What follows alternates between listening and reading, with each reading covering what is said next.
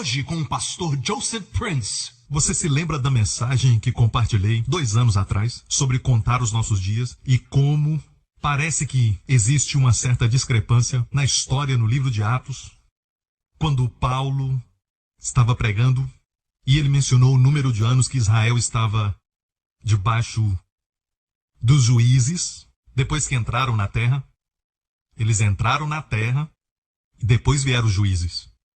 Esse período, muitos eruditos dizem que quando comparado ao número real de anos, muitos anos estão faltando. Mas estudando com muito cuidado, você vai descobrir que todos os anos que estão faltando foram os anos que são mencionados no livro de Juízes, quando eles rebelaram contra Deus, adoraram ídolos. Por exemplo, diz que eles foram ao cativeiro por 18 anos.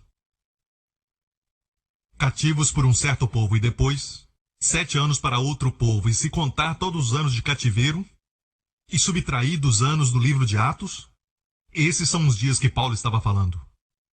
Quer dizer que Deus não enumera os dias perdidos. Você me ouve? Foram desperdiçados. Quando Deus conta os dias que você ficou ocupado com Cristo, esses dias, sabe, são os dias que você não desperdiçou.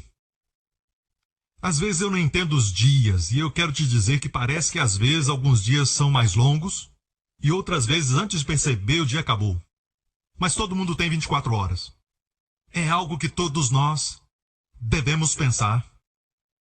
E nos assegurarmos que de agora em diante façamos cada dia valer. Amém? Há um tempo atrás você era uma criança. E agora olha para trás e diz como o tempo voou. E você então pensa, oh meu Deus, agora eu estou nos meus 60. Estou nos meus 50. Estou nos meus 40. E é lógico, sempre muda quando você tem 20 e pensa que 30 é velho. E quando tem 30, você diz que 40 é velho. Certo? Mas, amigos, contem os seus dias. Amém? Não pense que você tem todo o tempo, porque quando acabar o dia, acabou o dia. Mas, pastor, a Bíblia diz que Deus restaura os dias. Não fala isso. Fala que Deus restaura anos. Ou seja, o que Deus faz, Ele pega os anos que você perdeu, certo? E restaura a qualidade deles. Mas os dias perdidos foram perdidos. Nunca voltarão. Se você decidir não ter filhos. E mais tarde muda de ideia e você está com 40 anos. E finalmente você tem um filho. E depois deseja ter outro filho. Esses dias já eram. Falando naturalmente. Aqueles que não querem casar, ou aqueles que querem casar, mas não querem ter filhos. Certo? Assegure-se que é isso que realmente você quer. Ou, meu conselho, mesmo não querendo, confie em mim. É muito bom ter filhos quando você é novo. Amém? Um dia desse eu saí com a minha filha, só eu e ela. E olhei para ela e disse, estou com inveja de você.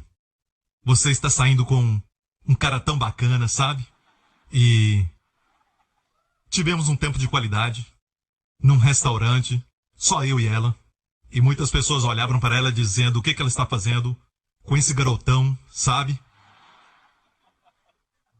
Mas é muito bom ter filhos quando você é jovem. E pais, continuem encorajando-os, amém?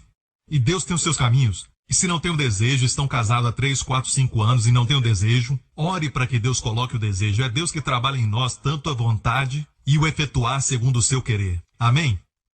Na semana passada nós falamos sobre o que quer dizer quando nós falamos Jesus é meu Senhor. Encontramos em Romanos 10, verso 9 e 10, que se confessarmos com a nossa boca que Jesus é o Senhor e crer no coração que Deus o ressuscitou dentre os mortos, você será salvo.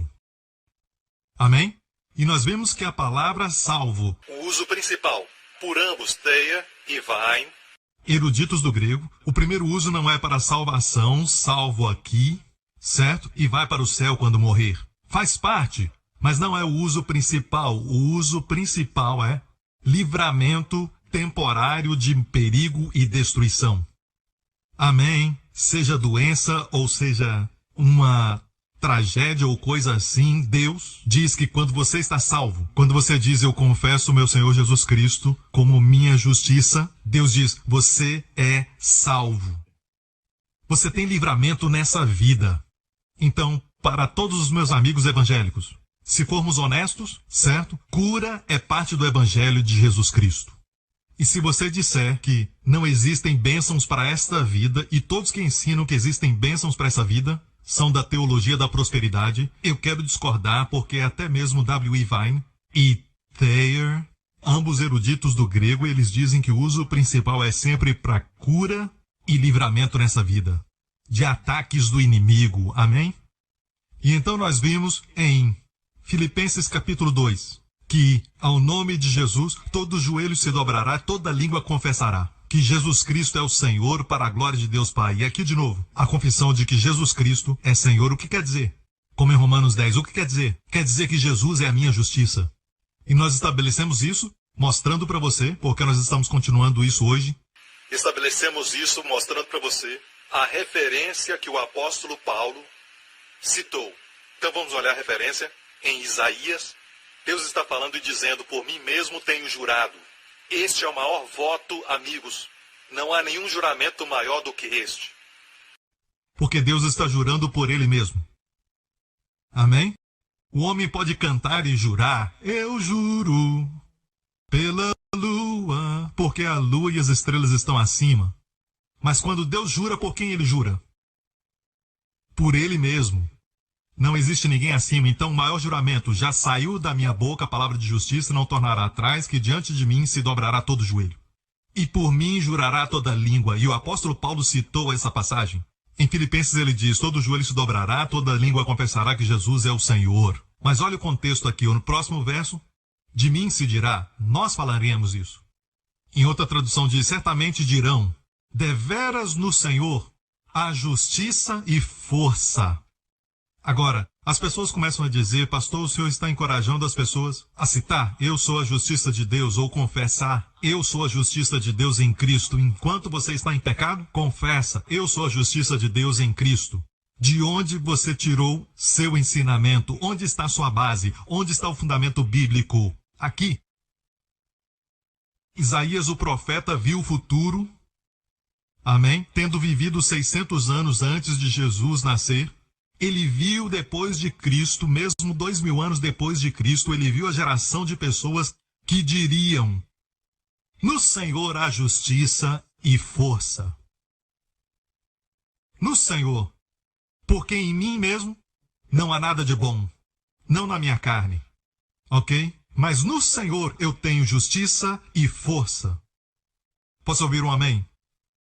E essa força, a definição do hebraico, a definição principal para força, é sempre força física, não força espiritual. Quando usada para o homem, é sempre e é sempre usada para a força física, e foi usada por Moisés primeiro. No Mar Vermelho, ele disse, o Senhor é minha força e minha canção. E é por isso que ele viveu 120 anos. E a sua força não se abateu.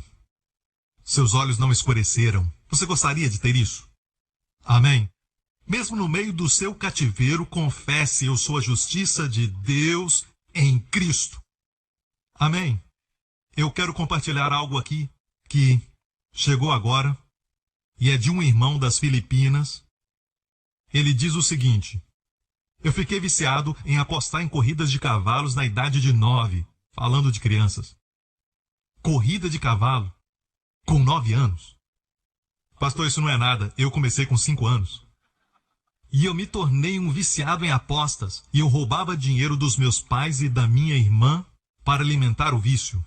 Eu também era viciado em pornografia. E sabe que nós temos recebido muitos testemunhos de pessoas sendo libertas da pornografia.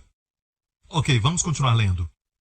E para vocês que estão pensando confessar isso em vez de confessar os seus pecados, eu creio em confessar os pecados. E no meu novo livro, Revolução da Graça, nós dedicamos um capítulo, e eu explico de forma teológica para um homem leigo entender, como essa passagem, comparada ao capítulo 2, onde diz, filhinhos, eu vos escrevo porque os seus pecados são perdoados. E no capítulo 1 diz, se confessarmos, ele é fiel e justo para perdoar E no capítulo 2 diz, você está perdoado. E no capítulo 1 diz, se você confessar, você vai ser perdoado. Parece uma contradição, a menos que os dois foram escritos para grupos diferentes.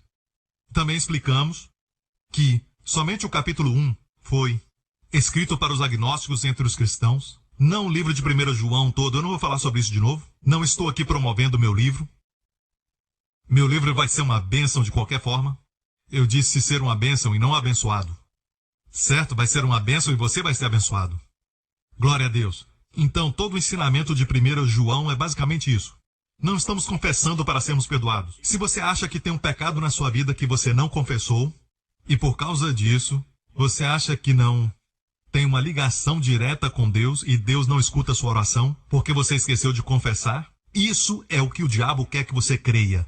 E esse é o resultado desse tipo de ensino. Nós confessamos os nossos pecados porque temos ousadia, sabendo que os nossos pecados estão perdoados.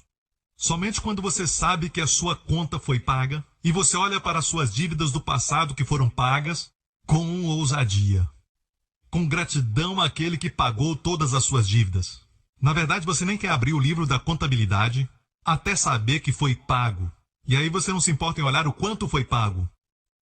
Quanta gratidão você sente quando você olha e diz, eu não sabia que devia tanto, eu não sabia que o meu livro estava tanto no vermelho. Mas se alguém pagar tudo, você não se importa em abrir os livros. O que eu estou dizendo é que você não se importa em ser honesto sobre suas falhas, seus pecados, com a sua esposa, um com o outro, com Deus, quando você sabe que foi perdoado e é amado. Amém? Mas não confessamos para sermos perdoados. Isso leva à escravidão. Nós confessamos porque somos perdoados. Mas mais importante é confessar que também somos a justiça de Deus em Cristo. Mesmo assistindo pornografia, confessa, eu sou justiça de Cristo. Mesmo fumando, confesse, eu sou a justiça de Deus em Cristo. Mesmo no meio da sua vergonha do que você está fazendo. Se tão somente abrir a sua boca e dizer, eu sou a justiça de Deus em Cristo, agora mesmo eu sou, algo vai acontecer. O poder de reinar será liberado na sua vida. Vamos ler a história outra vez. Ele estava viciado em pornografia e apostas. Eu maltratava a minha esposa e esse vício continuava mesmo depois de casado e ter filhos. Eu tratava minha esposa e filhos com grosseria e gritava com eles sem nenhuma razão. E mesmo sendo grosso com a minha esposa, ela me tratava com carinho e me convidava para ir à igreja. Eu ia de vez em quando e depois de um ano mais ou menos eu nasci de novo. A igreja que eu frequentava pregava uma mensagem misturada de lei e graça. Este homem é das Filipinas. E eu acho que ele está se referindo à igreja lá, mas existem igrejas em todo lugar com este problema de misturar a lei e a graça, pregando uma mensagem misturada. Hoje, eles falam sobre como Jesus pode salvar. Amanhã, você pode perder. Amigos, Jesus disse, eu dei a eles vida eterna. Se vida eterna não é vida eterna porque pode ser perdida, então não é vida eterna. Não vamos fazer jogo de palavras. Amém? Ele não disse eu dou uma vida temporária. Cuide dela. Ele também não disse eu dou a vida eterna e disse agora é contigo se você vai chegar ao céu ou não. Ele não disse isso. Ele disse eu dou a vida eterna e eles nunca perecerão. Amém? Eu creio no Senhor. E ele disse que não tinha nenhuma certeza. Eu não tinha certeza da salvação comprada por Jesus Cristo para mim e não tinha um relacionamento firme com Deus. Esse é o resultado de crer que só quando você confessa você é perdoado. Você nunca vai ter um relacionamento firme. Porque confessa e tem comunhão. Você sente que pecou, esqueceu de confessar e está fora de comunhão. Até confessar, então você volta à comunhão. Eu aceitei tudo que a igreja ensinava, crendo que eu estava recebendo a verdade. Eu fui ensinado a examinar meu coração por pecados não confessados, especialmente antes de dormir. Quem já fez isso? Só alguns poucos. Mentira é pecado? Então é melhor acreditar em confessar os pecados, ok? Mais uma vez, quem já fez isso? Já fez isso antes. Agora você foi iluminado. Ok? Você já chegou no estado de utopia. Mas o fato é, uma certa vez nós acreditávamos nisso. Amém? Eu acreditava nisso fortemente. Você está olhando para uma pessoa que acreditava fortemente em 1 João 1,9 e eu me tornei um escravo. Eu não podia entender por que cristãos não confessavam seus pecados mais. Eu era um adolescente e eu fui selecionado para o exército, para o nosso treinamento, 3 meses de treinamento, e eu me lembro que E era difícil, correndo de um lado para o outro, tocando em árvores por nenhuma razão, e então correndo de volta. Amém? E um cara gritando e xingando meu pai e minha mãe sem nenhuma razão. E usando palavrões e eu não podia entender o porquê. E eu não entendia o porquê que ele estava tão nervoso comigo, eu não entendia isso. Sabe? E ele gritava e xingava, e você começa a ficar nervoso e começa a ter maus pensamentos contra os oficiais e começa a pensar mal dos instrutores. E eu pensei, esses pensamentos são de ódio, eu preciso confessar, mas é difícil confessar quando você está correndo. E ofegando. Amém? Mas ainda fazia o meu melhor, e eu fazia assim, eu confesso meu pecado de ódio contra aquele homem, porque eu precisava consertar minha vida com Deus, especialmente no exército. Em treinamento básico militar, você não pode perder a presença de Deus ou então perder o seu favor. Amém? Você quer ter o seu favor todo o tempo.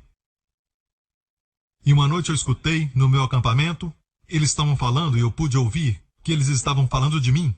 Eles falavam, ele é muito estranho, não é? Por que ele vive sempre sussurrando? E alguém disse, eu acho que é a sua religião. E aí eu pude me ver como os outros me viam. Isso não é uma vida cristã vitoriosa, isso não é alegria, não é a paz que excede todo o entendimento. Acho que sou estranho, sussurrando para mim mesmo. E agora estão até falando de mim. Não falavam, estão vendo sua face radiante? Você vê como, quando estamos na sua presença, nos sentimos bem. Não era esse testemunho, mas, cara, estranho. Me lembro de jogar bola, futebol. Então, eu era o goleiro, sempre pegava no gol. Um dia o pastor Denis estava jogando, ele me viu jogando como goleiro, e ele chutou a bola com tanta força que deslocou o meu pulso por 1 ano.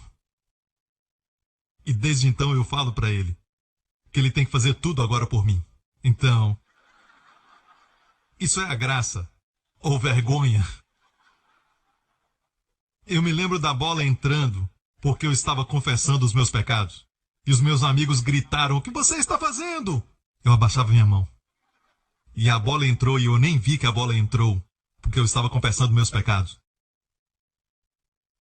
Homens, quantos de vocês já tiveram pesadelos? Alguns poucos. Essa igreja é maravilhosa. Eu preciso chegar a este lugar, preciso aprender. Quantos pecaram enquanto estavam dormindo? Você viu toda a cena e você pecou. Amém? Parecia ser tão real. E você acorda e descobre que não era realidade, mas era um sonho, e você se sente sujo, culpado e com medo. Talvez cometeu um crime. Alguém já sentiu isso?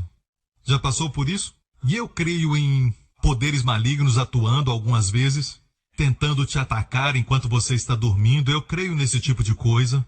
Mas eu realmente creio que muitas vezes é porque nós ainda temos consciência do pecado. Então, você está olhando para um homem que já passou por tudo isso. Eu me ajoelhava na minha cama e confessava todo o pecado, desde o momento que eu acordava, depois que eu escovava os meus dentes e o que eu fiz depois disso. E eu confessava toda a parte onde eu sentia que tinha pecado, que eu tinha caído, tinha pecado. E esses que acreditam nisso tanto, você reserva um tempo antes de dormir? Ou você pula na sua cama e você ensina que o pastor Prince está pregando heresia? Bem, se você realmente crê em 1 João 1,9, um simples pecado pode tirar da comunhão, então não diga, eu só confesso aquilo que o Espírito me faz lembrar. Se você esperar por um tempo, vai lembrar demais. Mas não é do Espírito Santo. Se você pensar no seu dia, vai se lembrar dos pecados. Então não seja preguiçoso. Ajoelhe-se na cama. E pense no seu dia. E confesse tudo. Seja consistente. Você está vendo um homem que durante a sua adolescência, que sentia que tinha que confessar todos os pecados, mesmo quando exagerava, quando estava falando com alguém e sentia que estava exagerando, eu parava naquela mesma hora e confessava os meus pecados. E algumas pessoas aqui se lembram disso. Eles me esperavam confessar para depois continuar a conversa. Amigo, eu não prego a graça por acaso. Eu encontrei algo maravilhoso para ensinar, é minha vida. Essa é minha vida. Eu quase fiquei louco, confessando os meus pecados. Ok. Vamos voltar à história. o que apostava em cavalos, viciado em pornografia. E ele disse, eu fui ensinado a examinar meu coração por pecados não confessados. Eu fui ensinado a examinar meu coração. Mas, pastor, nós temos que examinar o coração. Não, a Bíblia não fala isso em nenhum lugar. Ah, mas em Salmos, diz, sonda-me, Senhor, sonda-me. Quem sonda? Davi disse, sonda-me, ó Deus. Sonda-me, ó Deus. Deus faz a sondagem. Você fazendo a sua própria sondagem? O seu padrão e o de Deus são duas coisas diferentes. Se há algo em mim, Davi disse, Senhor, sonda-me. Amém? Se Deus me mostra algo, eu vou dizer, Senhor, é isso que eu preciso atacar. Amém? Então não há nenhum lugar que diz, sonda o seu coração. Você sonda, e nós falávamos, antes do louvor, examine o seu coração e veja se há algo para confessar. E depois de sondar, nós não queríamos adorar. Não sentia vontade de adorar. Algo está errado, igreja. Algo está muito errado. E na Revolução da Graça tem um capítulo inteiro que eu falo disso. E este homem passou pela mesma coisa. Eu fui ensinado a examinar meu coração por qualquer pecado não confessado antes de dormir. E quanto mais sondava meu coração, mais consciente do pecado eu me tornava. Eu confessava os meus pecados tantas vezes que eu comecei a ter dor de cabeça. Minha mesma experiência e o meu vício em apostas e pornografia pioraram. Você ouviu isso? E eu descobri que quando eu confessava, as coisas se tornavam vivas e coloridas, ficavam piores. Enquanto confessava meus pecados, certo? Eu ficava tentado. É a consciência do pecado. Faz o pecado ficar mais forte. Amém? Se eu falar agora mesmo, não pense sobre arroz com frango. Assado. Arroz com frango não é para os nossos amigos que estão assistindo, sabe? Arroz com frango e um molhinho do lado, o cheiro do frango assado. Eu tive que fazer isso porque o meu filho me disse, pai, quando pregar, fala de arroz com frango. Ele falou isso comigo. Pensei que ele tinha esquecido, mas ontem, passei um tempo com ele, ele me disse de novo, pai, ele sorria, eu perguntei o que está pensando, Justin. 3 anos, eu queria que amanhã você pregasse arroz e frango. Então, se eu falar para você não pensar em algo, você vai pensar nisso. Mais e mais. Certo? É a mesma coisa, gente. A Bíblia diz, o bem que eu quero fazer eu não faço. Nada errado com a lei, alguma coisa errada com a carne. Então, a mesma experiência. Eu estou indo devagar porque eu quero te mostrar, pouco a pouco, o que acontece neste mistério da iniquidade. Como as pessoas são presas no pecado.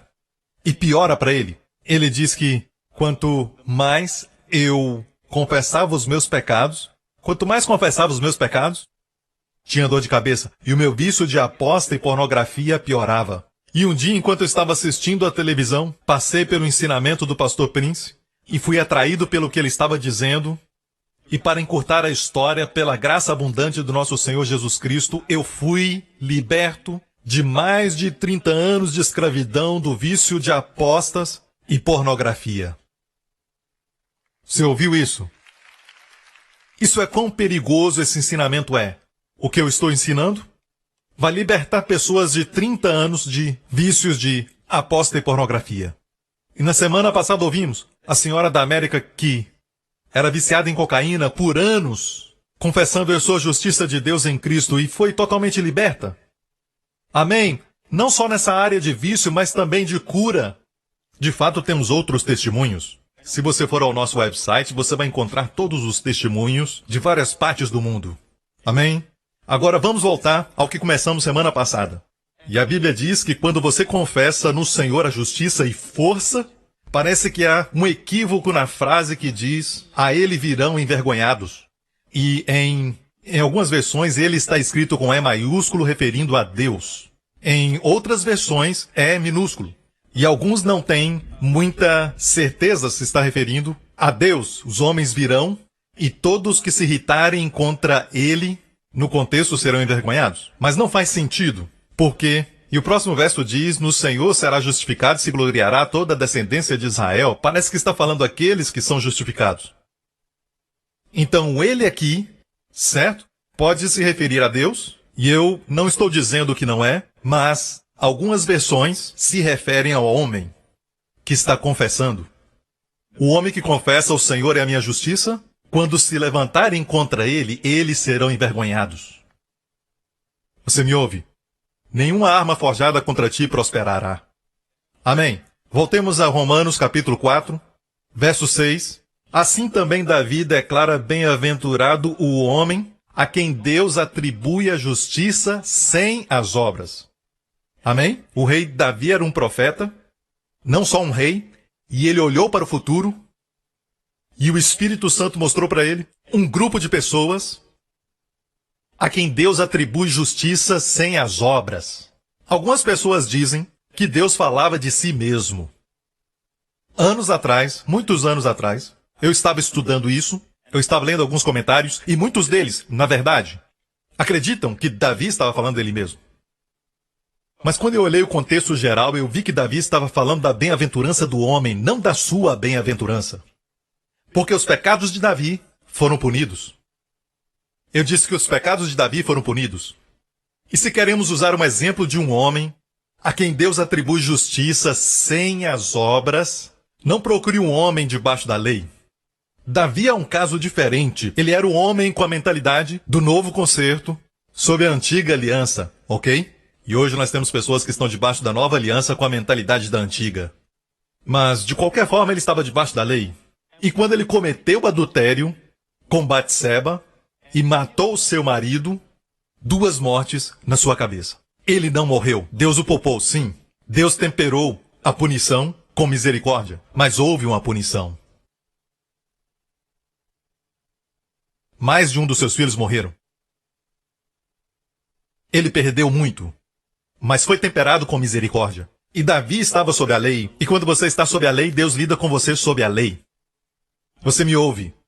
E a lei não se dobra. A lei é uma justiça inflexível. Ok? Se você quer encontrar um homem, um exemplo de um homem que seja justo, sem as obras e não debaixo da lei, olha para Abraão. Abraão não foi um homem perfeito, ele mentiu.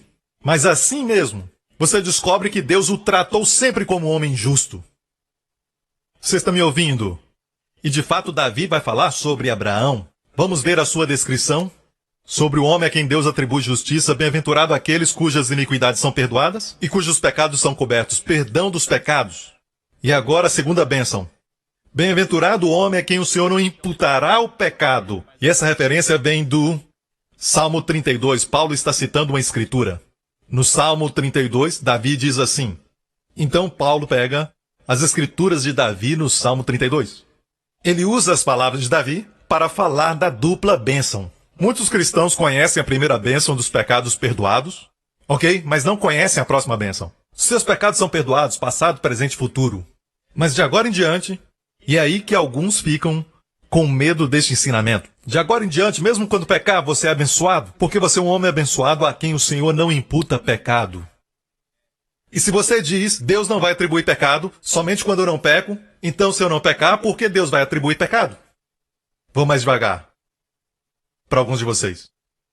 Se eu não pecar, por que Deus vai atribuir pecado?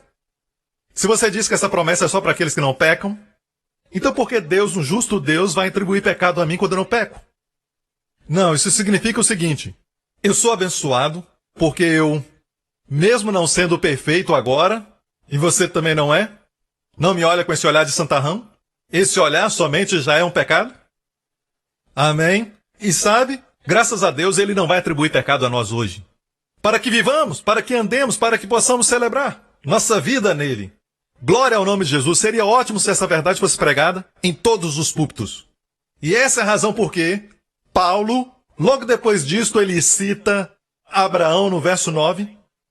Vem, pois, esta bem-aventurança sobre a circuncisão somente, ou também sobre a incircuncisão? Porque dizemos, a Abraão foi imputada a fé como justiça. Ele não citou a si mesmo como exemplo, mas ele citou o pai Abraão.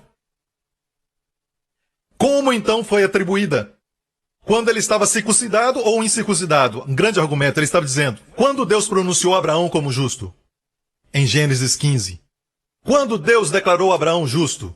Antes da circuncisão. E aí acaba o orgulho dos judeus, que somente quando você é circuncidado, Deus te declara justo. Você está me ouvindo? Certo? E o próximo verso? Vamos até o verso 13. A promessa de que havia de ser herdeiro do mundo. Pausa, pare. Anos atrás, não tínhamos muitos recursos na igreja. Éramos uma igreja pequena, nos reunindo no Hotel Grand Central, na rua Orchard, do lado de uma casa de massagem. E os nossos diáconos ficavam em pé na frente das duas portas que nós tínhamos, e a casa de massagem do lado, e as pessoas chegavam, nós os cumprimentávamos, e não sabíamos se eles estavam vindo para a igreja ou para a casa de massagem. E eu posso até dizer que alguns deles que estavam indo lá vieram para a igreja. Era onde nos reuníamos, e não tínhamos muitos recursos, não tínhamos muito. Amém? Mas Deus prometeu que qualquer que crê que é justo pela fé. Vamos ler. A promessa de que havia de ser herdeiro do mundo. Como se tornar herdeiro do mundo? Se está sempre quebrado, sempre doente, sempre deprimido, sempre precisando de remédios, não consegue fazer nada. Como pode ser herdeiro do mundo? E Deus fez a promessa a Abraão que ele seria herdeiro do mundo. E a promessa não é só para Abraão, mas para sua descendência. Quem é este? Cristo. E nós somos da descendência de Abraão porque somos de Cristo. Porque não foi pela lei que veio a Abraão ou a sua descendência a promessa de que havia ser herdeiro do mundo, mas pela justiça da fé. E a igreja evangélica como um todo ainda crê que você é abençoado pela lei e não pela justiça da fé. Mas a Bíblia diz que essa promessa para Abraão e sua descendência não veio pela lei, mas pela justiça da fé. Eu perguntei ao Senhor por que não é a justiça de Deus, é a justiça de Deus como dom. Por que pela justiça da fé? Deus disse, a pessoa deve crer que é justo pela fé. E é assim que a promessa flui, como eletricidade flui no cobre ou num condutor, certo? Da mesma forma, se você tem borracha, a eletricidade não flui. A bênção de Deus flui, não pela lei, mas pela justiça da fé. E nós vimos os recursos chegarem. E nós vimos como Deus deu favor. Como ele abriu as portas. E eu quero te dizer, certo? Agora mesmo, meu ministério, esta igreja é um resultado de Deus cumprindo sua promessa. Todo este prédio. Amém? Ninguém pode se gloriar dizendo foi pela minha força, meus esforços, minha inteligência. De fato, a Bíblia diz, se você é realmente inteligente, vai prestar atenção. Porque a palavra sabedoria, uma das palavras mais usadas frequentemente para a palavra sabedoria, além de Rockman, é a palavra sacal. Diga sacal. Mais uma vez. Memorize essa palavra. Sacal. S-A-K-A-L. Mantenha essa palavra em mente. Essa palavra era usada quando se referia a Davi. Quando Davi agia com sabedoria, a palavra sacal era usada. Amém. Eu quero mostrar para você como acreditar na graça, como crer que os seus pecados estão perdoados é a maior sabedoria que você pode ter na terra. E vai te levar a outras coisas, porque no grego, sacal é pronesis, que é prudência. Colocar 2 e 2 juntos, chegar a uma conclusão. Os chefes estão procurando homens que não tenham somente diplomas, não só essa qualificação ou outra qualificação, ou até talento, mas estão procurando pessoas que podem colocar 2 e 2 juntos. Isso é pronesis. Colocar 2 e 2. Pronesis. Na versão Septuaginta do Antigo Testamento, no hebraico sacal. Quantos conhecem o Josué 1:8? Não se aparte da tua boca o livro desta lei, mas medita. Deus diz, quando você medita na sua palavra, você vai fazer o seu caminho próspero, aliak, e então serás bem-sucedido. Sabe o que é isso em hebraico? Sacal. A prudência, a sabedoria que leva ao sucesso. Os casamentos estão acabando, não porque as pessoas estão infelizes com o que eles têm ou o que não têm.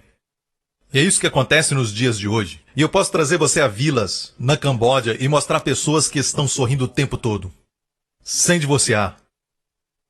Você está me ouvindo? Não é uma questão de ter o novo iPhone, mas sim uma falta de proneses.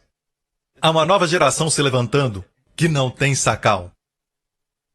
E a Bíblia diz que se você meditar na palavra, você vai fazer o seu caminho próspero, a palavra saliak, e então terá sacal. Sempre que encontrar a palavra prosperar, no Antigo Testamento é sempre a primeira palavra saliak ou a palavra sacal. Sabedoria que faz você realizar coisas que trazem sucesso. Amém. Seu casamento está acabando, peça a Deus por sabedoria. Peça a Deus por sacal. Você está me ouvindo? Outro lugar onde é usado é em 1 Samuel 18, e Davi se conduzia com prudência em todos os seus caminhos, e o Senhor era com ele. A palavra prudência é sacal. Mais um. Em 2 Reis, assim foi o Senhor falando de Ezequias, o rei Ezequias. Se conduzia com prudência, sacal, para onde quer que saía. Você vê isso?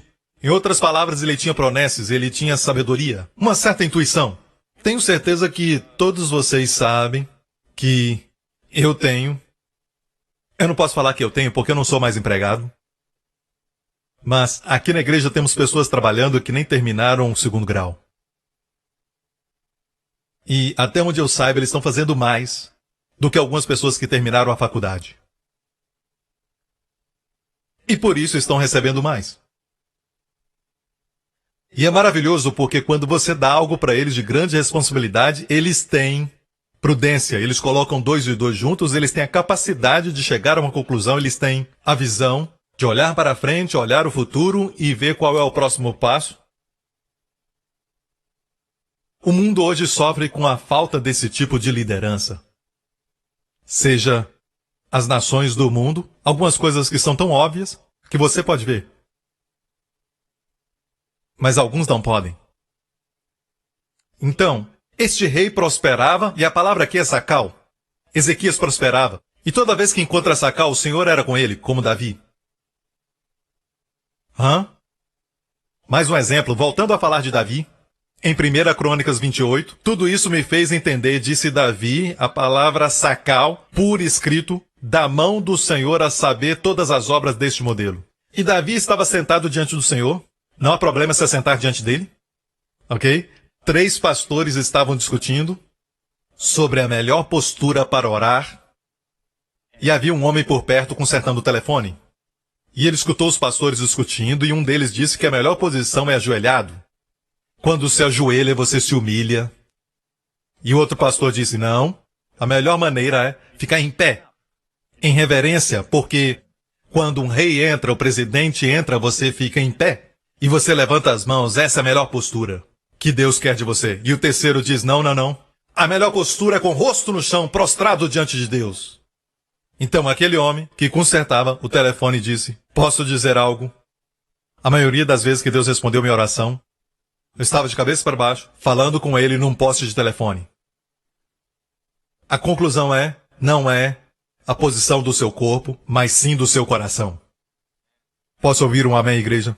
Amém. Então, Davi estava sentado diante do Senhor quando isso aconteceu, e o Senhor me fez entender, sacal, por escrito. Você sabia que Davi, ele desenhou, e ele não era um engenheiro ou um arquiteto, mas ele desenhou. Pela mão de Deus sobre ele, Deus o deu sacal para entender como desenhar o maior e mais caro prédio que já foi construído. Eu vejo isso o tempo todo, eu vejo aqui na nossa igreja, eu vejo Jack, por exemplo. Tomara que ele não se importe se eu falar isso. Ele nunca terminou a faculdade. Mas a sabedoria com a qual Deus o usa é a sacal. Pastor Darren, que dirige o Ministério Internacional, não tinha experiência em televisão. Não tinha nenhuma experiência nisso. Amém? Ele fez literatura inglesa. Amém? Um estudante exemplar. Mas nenhuma experiência com televisão, nenhuma experiência em negociação desse tipo, nenhuma experiência nessa área. Mas desde o primeiro dia, ele pediu a Deus sabedoria. Pergunte e ele dirá, ele pediu para Deus sabedoria. E o que ele não tinha, Deus deu para ele. E o que eu quero dizer é, peça a Deus sabedoria. O que você não tem, você pode ter. Josué foi cheio do espírito de sabedoria, porque Moisés impôs as mãos sobre ele. Ele não tinha antes da imposição de mãos. Moisés impôs as mãos, ele recebeu. Você pode ser cheio de algo que você nunca teve antes, porque Deus te encheu. Mas se você não está faminto por isso, você pensa que está cheio, ninguém pode te encher. Quando na verdade você está vazio. O segredo para ser cheio é um cálice vazio. Um grande homem uma vez disse isso. Eu era um garoto quando aprendi isso. Seu nome era Bruce Lee. Se você acha que está cheio, você não vai pedir para Deus te encher. Você nunca vai pedir para Deus isso. Amém? Eu conheço pessoas que são inteligentes, são experientes, inteligentes, mas não têm sabedoria. Eu já vi doutores fumando. Doutores, eles têm conhecimento, certo? Eu disse, eles têm conhecimento. E quando chega a hora que eles têm que trabalhar, eles têm que voltar ao escritório, apagam o cigarro, e aí eles dizem ao paciente, você tem que exercitar mais. É como se eles não pudessem ver o que eles estão fazendo. Sabedoria faz com que você dê um passo para trás, olhe para você e diga, para onde você está indo? Olhe para sua vida. Pare de acreditar nas suas próprias notícias. Pare de ser uma lenda na sua própria mente. Pare de dizer, Pastor Prince, tal pessoa é assim, não é você. Alguns dias atrás eu estava na praça de alimentação e eu gosto de ir ali. Amém? E eu encontrei alguém. E depois de nos cumprimentarmos, ela então me disse, como é que você sabe que eu fiz aquilo? Eu disse, o quê? O que que você fez?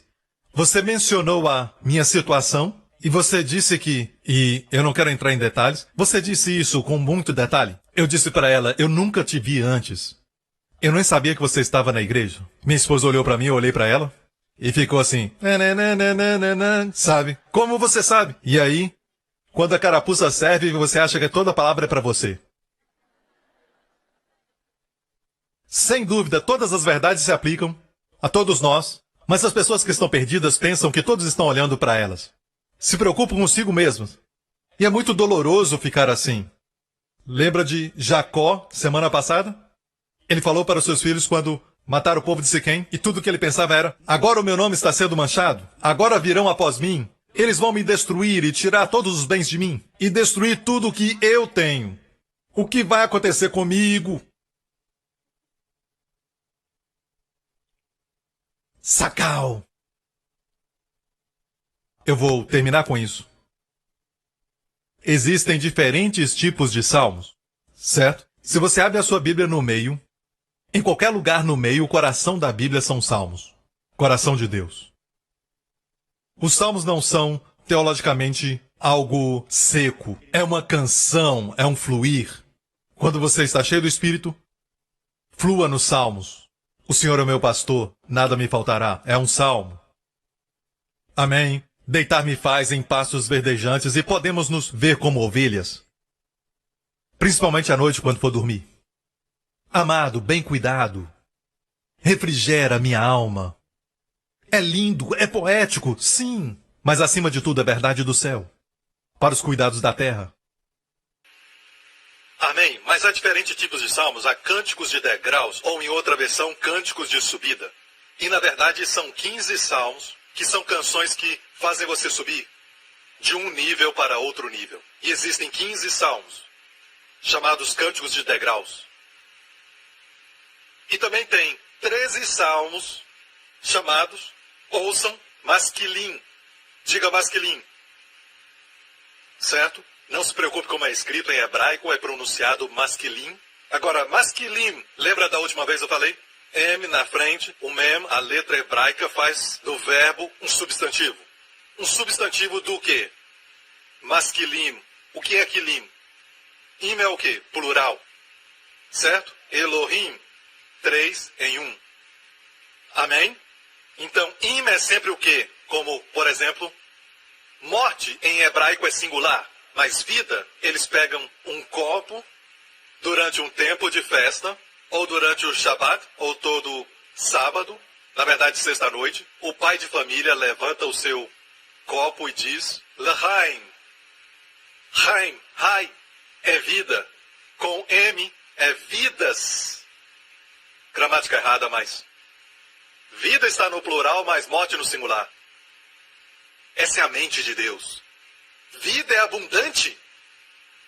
Então, tirando o M do começo e final da palavra masculino, os dois M's, no começo e no final, fica Sacal. 13 salmos. Salmos masculinos, que te dão sabedoria. Meu tempo acabou. Vai ficar para a próxima. Você está pronto? Nós não vamos falar de todos os 13. Mas nós vamos, pelo menos, falar do primeiro. Adivinha qual é o primeiro masculino? E por falar nisso, deixa eu dizer que no final dos tempos, o livro de Daniel nos fala que aqueles com masculino, aqueles com sacal, certo? Plural, o substantivo para sacal é masquil. O plural é masculino, ok? Olha isso. Em Daniel 12, os que forem sábios, pois, resplandecerão como o fulgor do firmamento, e os que converterem a muitos para a justiça como as estrelas sempre e eternamente. Os que forem sábios, masculino, aqueles que têm sacal, converterão muitos à justiça, e não está falando da justiça humana, mas sim da justiça do Evangelho, da justiça de Deus. Posso ouvir um amém? E olha só o que está acontecendo. Há uma revolução da graça que Deus está levantando em todo o mundo. Ministérios, igrejas, homens e mulheres de Deus, que estão pregando a revolução da graça. Amém? É uma geração inteira, não só celebridades, mas um exército de pessoas comuns. Amém? Com o dom da justiça, com a autoridade do alto, está pregando o evangelho da graça. Havia um tempo que a graça era uma voz fraca e os opositores eram barulhentos, mas caíram. É como a casa de Davi, que se tornou mais forte, mais forte, mais forte e mais forte. E a casa de Saul se tornou fraca, mais fraca, mais fraca, mais fraca. Não sou eu que estou fazendo isso, mas é o que Deus está fazendo. Esse evangelho não começou com Joseph Prince, mas começou com o apóstolo Paulo do Senhor Jesus Cristo. E todo mundo diga, então muitos que forem sábios resplandecerão como o fulgor do firmamento e converterão muitos à justiça. E Deus diz que eles serão como estrelas sempre e eternamente. Você pensa que as estrelas hoje são celebridades, mas você vai ser uma estrela não só agora, mas para sempre e eternamente. Tu, porém, Daniel, cerra as palavras e sela o livro até o fim do tempo. Muitos correrão de uma parte para outra e a ciência se multiplicará. E agora vamos mais embaixo, no mesmo capítulo. Vai-te, Daniel, porque estas palavras estão cerradas e seladas até o tempo do fim. Muitos purificarão, se embranquecerão, serão acrisolados, mas os ímpios procederão impiamente. Mas nenhum deles entenderá, mas os masculin, pessoas com sacal, entenderão. Amém? Há 13 masquil de Davi nos Salmos. 13 que foram escritos para dar a você sabedoria, instrução. Amém? O primeiro deles é Salmo 32. Olha isso. O título Salmo de Davi, masquil. Masquil vem de sacal. O plural. Vamos dizer todos nós juntos e todos somos pessoas sacal. Deus vai dizer masculin. Esses são os masculin. Parece com masculino, sabe? Nós somos ambos. Você deve dar toda a glória para Jesus. Vamos lá, gente. Precisamos ser humildes. Se minha mãe estivesse aqui, balançaria a cabeça. Sabe? Ela vai vir no próximo culto. Ela me disse alguns dias atrás que alguns diáconos não a reconhecem. E ela gosta de brincar com eles. Ela não gosta de dizer que é a mãe do pastor Prince. Me faz lembrar de uma senhora que entrou numa igreja uma certa vez. E o diácono, o novo diácono, a perguntou: perdão, senhora, onde quer sentar? E ela disse: no banco da frente. O diácono disse: não, você não quer sentar lá. O pastor é monótono. E a senhora disse: você sabe quem eu sou? O diácono disse: não, eu sou a mãe do pastor. E o diácono a perguntou: você sabe quem eu sou? A mãe disse: não. Que bom. E ele saiu correndo. Então, deixa-me perguntar, sem ter que falar de tudo. Então, diáconos, não se preocupem, certo? Conhece minha mãe? Ela é muito bonita, é agradável de se ver. Isso ajuda? Certo. Um salmo de Davi, masquil. Bem-aventurado, bem-aventurado. Exatamente o texto que Paulo mencionou em termos de ensinar sobre justiça, descrever justiça. Ele disse que Davi descreveu. Onde descreveu? Aqui. Esse é o primeiro dos 13 masquil. Você não aprendeu nada ainda até aprender perdão de pecados. Você não aprendeu nada ainda até aprender que você é a justiça de Deus em Cristo. É isso que nos traz sacal.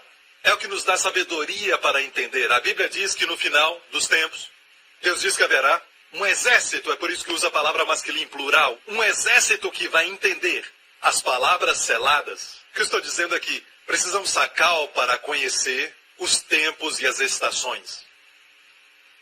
Existem coisas que são corretas para dizer, mas não é o tempo certo. Sabe, eu disse para os meus pastores alguns anos atrás, até algumas verdades que falo hoje, eu digo a eles, não compartilhe ainda. Porque uma verdade compartilhada antes do tempo não é nada mais do que uma heresia. Ou melhor, um erro, não uma heresia. Porque as pessoas não vão dar valor naquele tempo. E agora nós temos um grande exército pregando a graça. Amém? Há um tempo atrás, eu sentia que era uma voz solitária. E agora é um grande exército.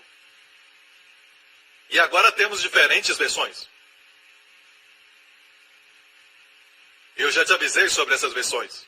Amém? Se realmente Deus confirmar a revelação deles, que o Senhor faça prosperar seus ministérios, que Deus dê a eles influência. Eu já disse antes, não precisamos arguir. Então, de onde Paulo tirou seu ensino? De Romanos 4, nessa passagem. Este é o primeiro dos 13 masquios. Se você não entender perdão dos pecados, não entende nada de bem-aventurança. Salmo 103 diz, bendize a minha alma ao Senhor, porque é Ele quem perdoa todos os seus pecados. E o que mais? O que cura todas suas enfermidades. Se você não souber que está perdoado de todos os seus pecados, você não pode receber cura para todas enfermidades. Eu acho que o corpo de Cristo, até agora, e eu não estou falando dos evangélicos que não acreditam em cura, certo? Nós não cremos no que eles creem. Sentimos que eles são, na verdade, um tanto preconceituosos. E há uma nova tradução da Bíblia que está em processo. E quando chegaram a Isaías 53, os eruditos do hebraico entre eles, que não creem em cura e são de diferentes denominações, e quando eles chegaram nessa nova interpretação da Bíblia, sabe, em Isaías 53, onde diz, certamente ele levou sobre si nossas coli, em hebraico. Eles disseram, vamos ficar com a versão que diz sofrimentos. Não podemos colocar coli, apesar de coli significar enfermidades. Não podemos colocar coli, porque os carismáticos e pentecostais vão dizer, amém! Foi isso que eles disseram, quando eles estavam traduzindo a nova versão. Então, às vezes, eles não usam o que o hebraico está dizendo, a primeira definição, e trocam por uma quarta, quinta definição. Mas não vamos ficar aqui discutindo o que eles estão dizendo, o que nós estamos dizendo. Vamos ver o que a Bíblia está dizendo em Mateus 8, quando Mateus citou o livro de Isaías sobre Jesus levar. O que Mateus disse em grego? Ele levou sobre si as nossas enfermidades. A Bíblia interpreta a Bíblia. E a palavra enfermidades lá é a mesma usada quando Jesus curou doenças físicas. Ok, tendo dito isso, eu quero falar algo. Deus quer você curado de todas as enfermidades. Mas o problema é que a igreja prega que você é perdoado desde o dia que nasceu até o dia que aceitou a Jesus Cristo. Então é perdão parcial. E o que vemos na igreja? Cura parcial. O que vai acontecer quando pregarmos? Bendize ao Senhor e não esqueça de todos os seus benefícios, e perdoa todos os seus pecados. E vai descobrir que Ele cura todas as suas enfermidades. Deus trabalha no nível de fé que você tem. Não esqueça, Deus é Deus que trabalha com fé. Ele ama quando você confia. Quando você confia nele. Você está comigo? Eu vou terminar com essa porção de Lucas 5. Lucas 5, e aconteceu num daqueles dias, eu estava ensinando, e estavam ali assentados os fariseus e doutores da lei, que tinham vindo de todas as aldeias. Isso é interessante porque o contexto da história nos mostra o seguinte: os evangelhos não estão em ordem cronológica, ok? Mas a ordem é a seguinte: Jesus tinha acabado de curar um homem cego. E porque Jesus curou aquele homem cego, era um homem, não era um rato. 3 homens cegos, quer dizer, eram 3 ratos. Então, Jesus curou esse homem cego, e na época do Antigo Testamento, ninguém havia curado um homem cego. Talvez você está pensando em Eliseu, mas na verdade Eliseu fez com que eles ficassem cegos. O exército da Síria ficou todo cego por um tempo, e depois, mais tarde, depois de algumas horas, os curou. Certo? Mas ninguém havia curado cegueira. E o sinal do Messias que havia de vir é que ele curaria os cegos. Ok? Então, Jesus curou aquele homem cego. E a outra doença, lepra. Ok? Lepra. E agora, de novo, temos Eliseu, certo? Com Naamã. Mas na verdade, Deus não permitiu que Eliseu tocasse em Naamã. Foi o Senhor Jesus que tocou em Naamã. Naamã teve que entrar no rio, longe de Eliseu. Então, está claro que homem não pode curar cegueira e lepra, entendeu? Então, alguém foi curado de lepra e de cegueira. Então, todos os doutores da lei, todos os fariseus estavam reunidos em Cafarnaum, certo? Enquanto ele estava ensinando, estavam ali sentados os fariseus e doutores da lei, que tinham vindo de todas as aldeias da Galileia, da Judeia e de Jerusalém. Por quê? Para ouvir o que esse rabino falava. O nosso Senhor Jesus, o nosso Senhor de amor, o príncipe da paz, vieram vê-lo. Amém. Eles não sabiam que estavam vendo a Deus, Jeová, na carne. Amém. E o poder de Deus estava ali para curar. E o que ele estava fazendo? Ele estava ensinando. Enquanto ele ensinava, o poder do Senhor estava ali para os curar. Todas as vezes que o evangelho é pregado, o poder do Senhor está presente. Mas veja que ninguém foi curado. É como um barril de pólvora ali, mas não explodiu. Até haver uma faísca. Vamos encontrar a faísca. E a virtude do Senhor estava ali para os curar. E sabe que no final só uma pessoa foi curada. Mas a virtude do Senhor estava ali para curar todos eles, até os fariseus. E eu posso até falar que muitos deles tinham problema de pressão alta, com certeza. Justiça própria. Se você tem pressão alta, não quer dizer que você tem justiça própria, ok? Certo? Mas se você acha que é melhor do que os outros e vive preocupado, essas pessoas geralmente são pessoas que só pensam em si mesmas. Certo? Isso pode afetar a sua pressão arterial. Presente para curar. E eis que uns homens transportaram numa cama um homem que estava paralítico e procuravam fazê-lo entrar e pô-lo diante dele. E não achando por onde o pudessem levar por causa da multidão, subiram ao telhado e por entre as telhas o baixaram com a cama até o meio diante de Jesus. Quantos já foram a Cafarnaum? Agora existe uma igreja católica construída em cima de onde isso aconteceu. Certo, muitos dizem que era a casa de Pedro. Ninguém mais ia permitir que o seu telhado fosse tirado. Ok? Jesus olhou para cima e viu que a poeira estava caindo. Ok? E, vendo ele a fé deles, Jesus viu a fé deles. Jesus viu a fé deles. Jesus não viu um homem doente. Ele estava lá, mas ele viu a fé deles. Que coisa linda sobre Jesus. E anos atrás Deus disse isso a mim. A mulher com fluxo de sangue, ela viu Jesus na sua graça. Porque se ela fosse baseada na lei, seria apedrejada por causa da hemorragia, do fluxo de sangue. E ela não podia sair na rua e muito menos tocar nas multidões. Então, pela lei não podia ser justificada. Mas ela viu Jesus na sua graça, e o Senhor disse a mim, ele virou porque na lei, até mesmo Moisés, o melhor de todos, foi permitido olhar a Deus pelas costas, porque ele não podia ver o rosto de Deus e viver. Porque na lei ninguém podia fazer isso. Moisés só pôde ver as costas de Deus, e isso quer dizer o quê? Que Deus estava sempre saindo, indo embora. Mas ali Jesus parou, quando a mulher o tocou. E ele virou. Você ama este príncipe da paz? Amém. Esse Senhor da glória, ele virou, olhou nos olhos dela e disse: quem me tocou? Ele sabia. E quando ela disse que o havia tocado, disse: Filha. É a única que Jesus chama de filha diretamente. A outra mulher é aquela que por 18 anos estava encurvada, só via o pé das pessoas. Jesus a chamou de filha de Abraão.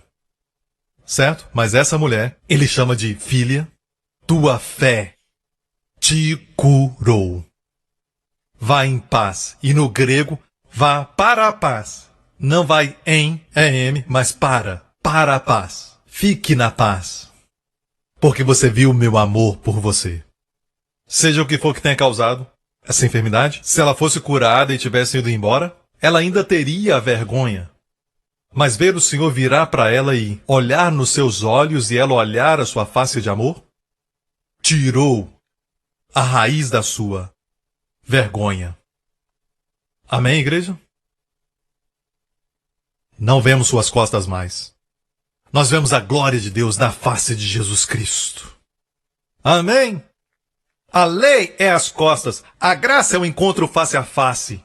Glória a Deus. Vendo a fé deles, disse-lhe: Homem, os teus pecados. E vendo ele a fé deles, disse-lhe: Homem, os teus pecados te são perdoados. E ele nem teve a oportunidade de confessá-los.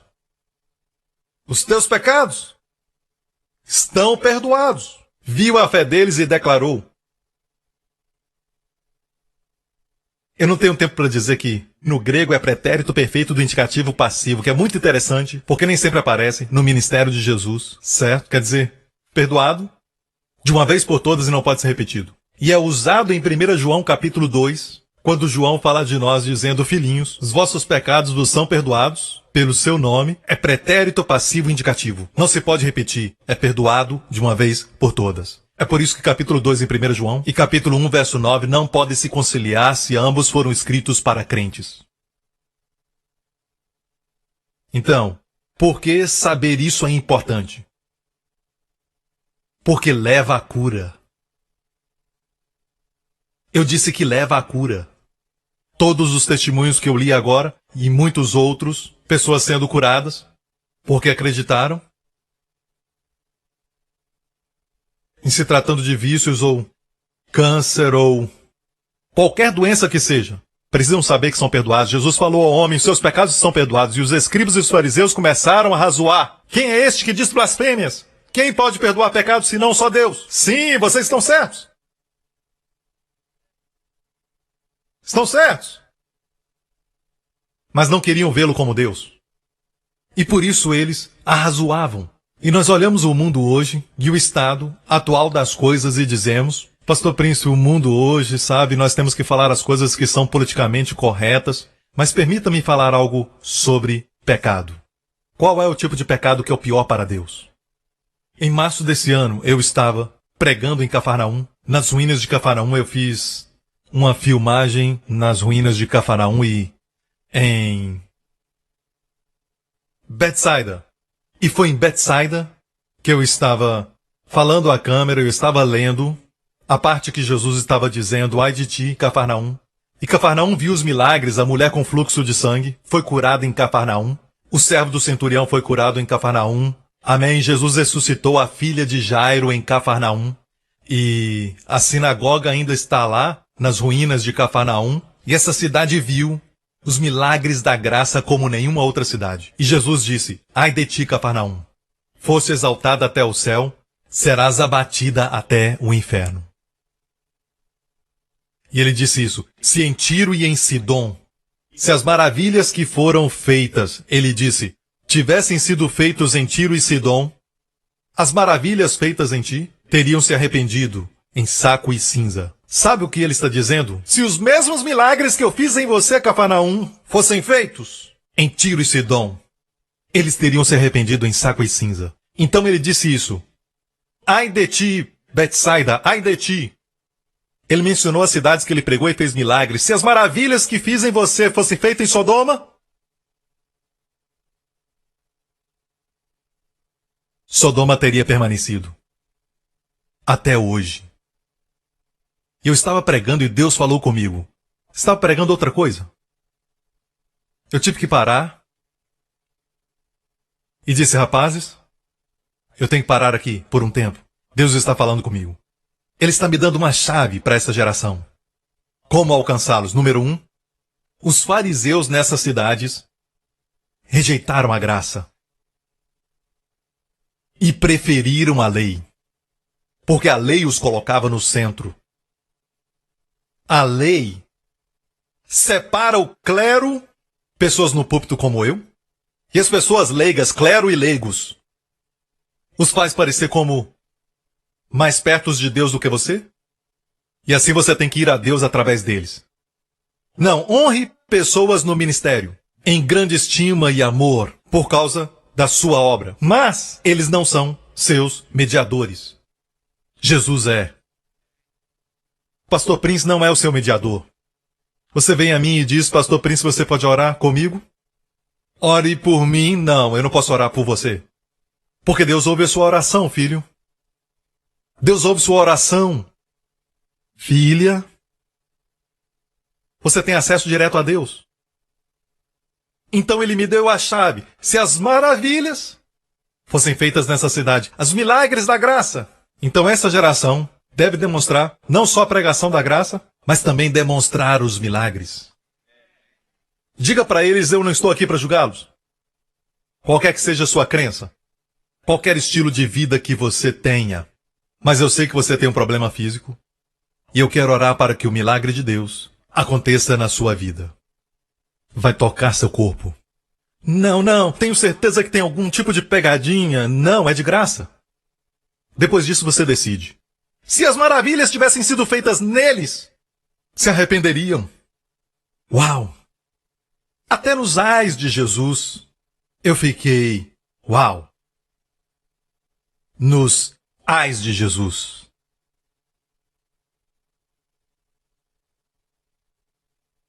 Olhando os testemunhos, tem alguns tipos de libertação que eu não leio no púlpito. Eu tenho que escolher alguns, mas eu conheço muitos casos de libertação. Muitos deles foram abusados quando eram crianças.